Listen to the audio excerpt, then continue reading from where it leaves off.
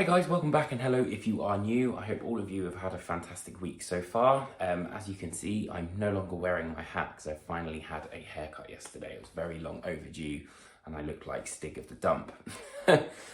With that in mind, I still want to highlight a lot of the releases that I have probably missed, or some of the ones which have slipped me by that previously I may not have been aware of. So this is another sort of roundup video. I'm actually really enjoying these at the moment. And there's about 10 artists I think that I'm going to feature on this video. So bear with me because I'll try and kind of get through them as quickly as I can, but there are quite a lot. But I really do think that they're all very much deserving of your attention.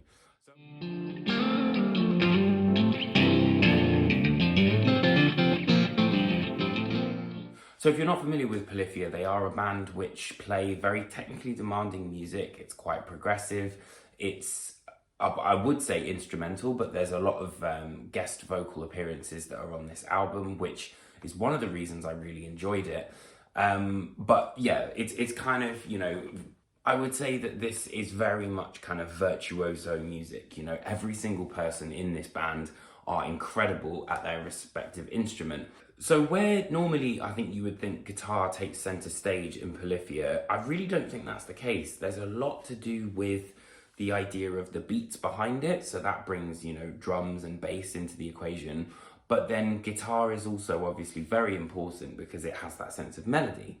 Polyphia have a very particular sound. It's very kind of like slap oriented. It's got those interesting kind of harmonies that are happening. And really, it's quite recognizable. But the thing is that I enjoyed about this album is that there are guest spots. So there's, guest spots from Chino Moreno. There is Sophia Black, who is on ABC. And I like the fact that they have different kind of genres juxtaposed with this sort of, classically prog guitar idea, really. There is one track, however, Ego Death, which I think is probably what drew me into this album, and that contains a guest solo appearance by Steve Vai, which is just incredible. I think, the track itself really has so much character, as does the album. But if there was kind of like one thing to really sum up the way that this record feels, I would definitely choose Ego Death.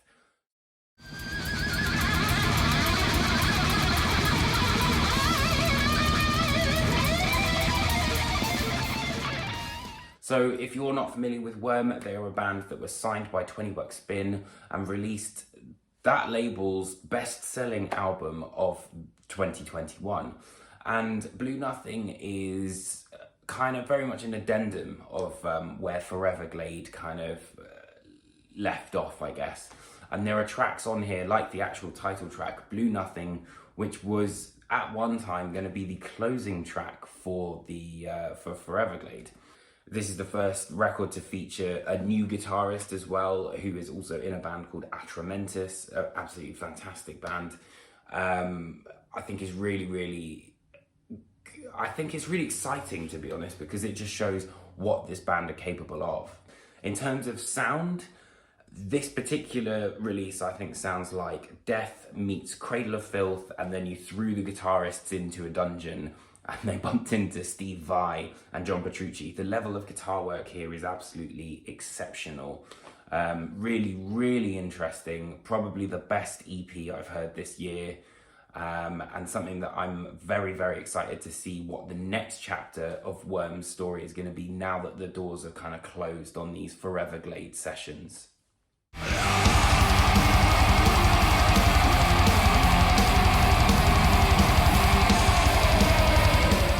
So up next is Goatwhore and Angels Hung from the Arches of Heaven, a band that do not fuck about when it comes to album titles. This is the band's first release since 2017's Vengeful Ascension.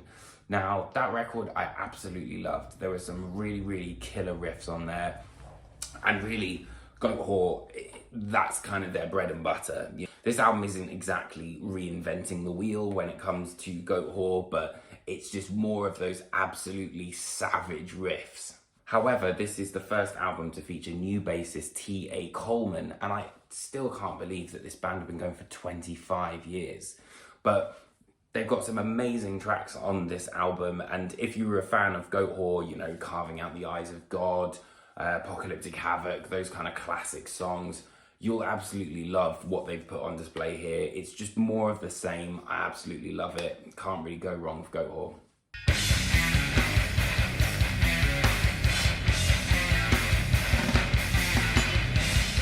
So, Faceless Burial are a band that I first discovered when I was having a chat with Paul, who's also in a band called Blood Incantation.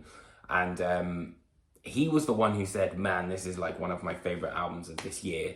So I thought, wow, if he's kind of saying that, you know, that level of high praise. And I listened to Speciation, the last album, and it was absolutely brilliant. But what I love about At the Foothills is that they've built on, you know, the formula that they were kind of starting to put together on Speciation. There's added Dan Seagrave artwork as well, which is always a big tick for me. But yeah, it's very much kind of that organic technical death metal idea that's kind of going on. There's, you know, moments of immolation in there as well. But most importantly, Faceless Burial have their own sound and their own identity, and this is...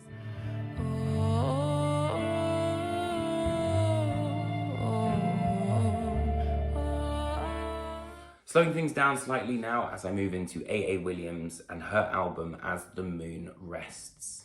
The second album following her sort of, I guess, breakout record, which was 2020's Forever Blue. That was an album that, you know, really kind of put her on the map. And, you know, I'll be honest, I kind of wasn't really all that familiar with her previously, but I think that following on from that album, you know, there were these sort of sessions that A.A. Williams recorded during the times of lockdown. And I think the fact that that happened really kind of changed the musical palette for, well, not changed, but expanded the musical palette for what she would actually like to incorporate in As the Moon Rests. The principal instrument has always been the cello, but over the lockdown, basically, long story short, she found a guitar, got it sort of repurposed and everything like that. There's a really interesting feature on Kerrang about it.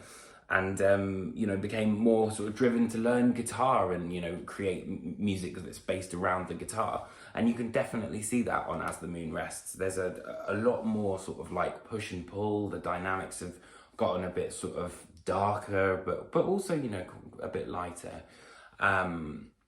And I just like the fact that there's different things which are, you know, being played around with.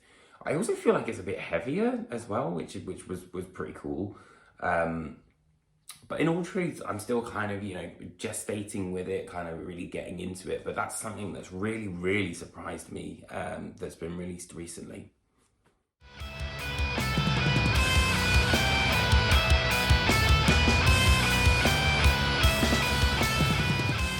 Next up, we go back into the world of death metal as I talk about Ripped to Shreds and their album Jubian. I'm not sure if I pronounced that right. So the band are a West Coast death metal outfit, and they have signed to Relapse Records. This is kind of basically how I found out about them.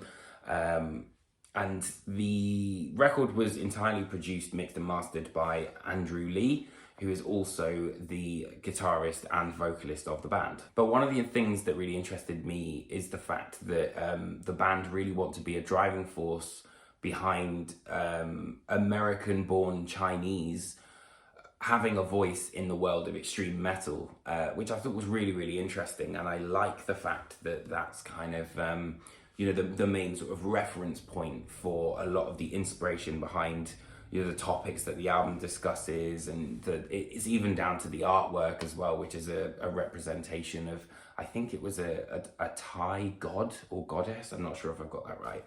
But it's just something that's slightly different. And, you know, I feel like some people may have initially just said, oh, it's like, you know, HN2 pedal worship. But there's a lot more to this album the more that you listen to it.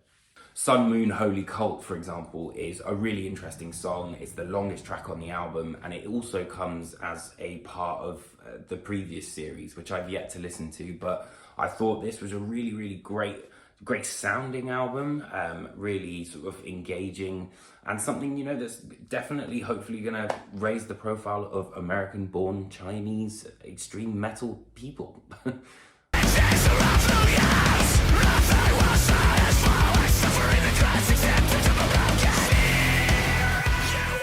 So now I move on to Architect and the classic symptoms of a broken spirit.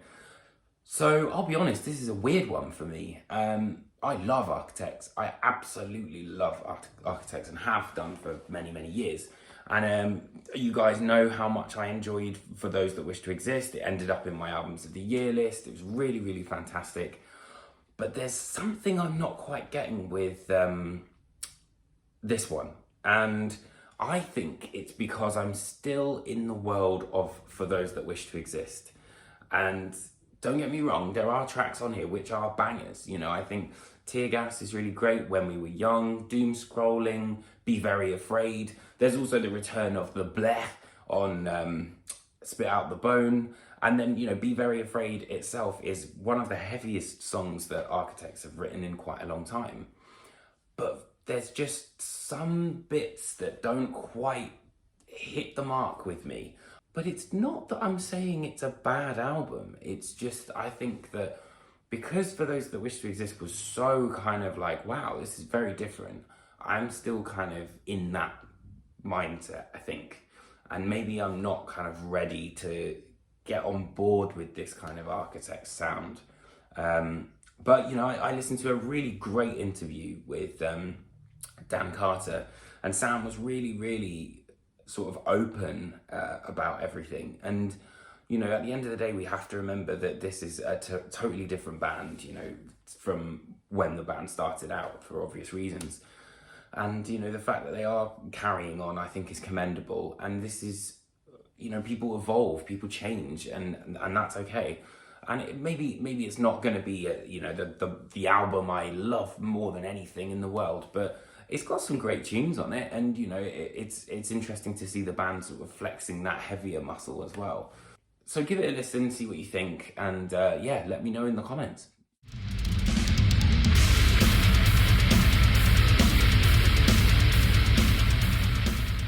So as always, we're going back to death metal now with Exhumed and To the Dead, another Relapse Records release to be featured. So after the after the concept album of Death Revenge, Exhumed kind of came back with 10 tracks, which are very sort of meat and potatoes Exhumed. A lot of people are saying that this is one of their best albums, and I have to say it's pretty strong up there. Very much reminded me of sort of Carcass, you know, sort of like Heartwork Carcass, but I have to say that, you know, it didn't necessarily reinvent the wheel, but there are some really, really solid songs on here, like the one I used as a little intro there. So definitely check this out if you're a fan of, you know, that mellow death kind of vibe.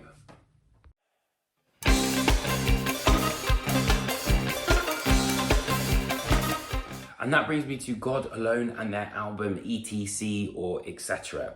So this is a band I'd never heard of. My mate actually went to see them. I think they were playing at the Dev, and he was raving about them.